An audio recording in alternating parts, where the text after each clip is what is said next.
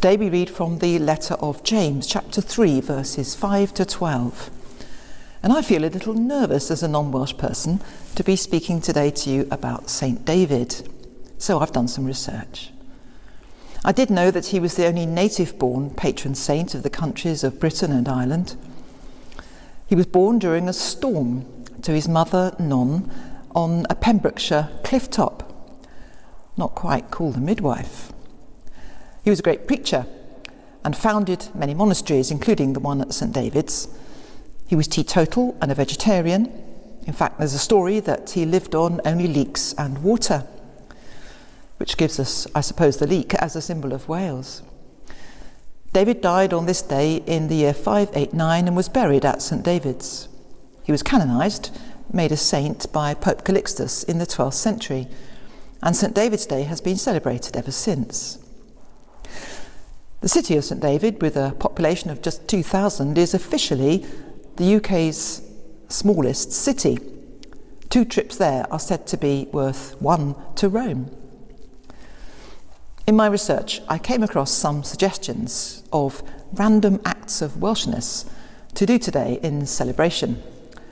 Some of them are: fly the Welsh dragon flag, wear a leek, have a cwtch, give a love spoon, learn some Welsh, buy a David you know a pint, give daffodils, eat Welsh cheese, share Welsh cakes, visit a Welsh castle, eat a leek, presumably the one you've been wearing all day. I had a friend who used to eat a daffodil on this day, but that's not recommended. David was clearly a much loved leader and monk and bishop, and hence all the fun things to do in celebration on his day. His last words were, "Be joyful, keep the faith, and do the little things that you've heard and seen me do." The phrase, "Gwnewch y pethau brychain mewn bywyd," do the little things in life, is still a well-known saying in Wales. David is also said to have been keen on using few words, avoiding unnecessary speech. I feel that's perhaps a safer and more positive example to follow, rather than trying to live on leeks alone. It reminds me of that test of speech, variously attributed to Buddha, Socrates, various people. Those 3 test questions: is it true? Is it kind?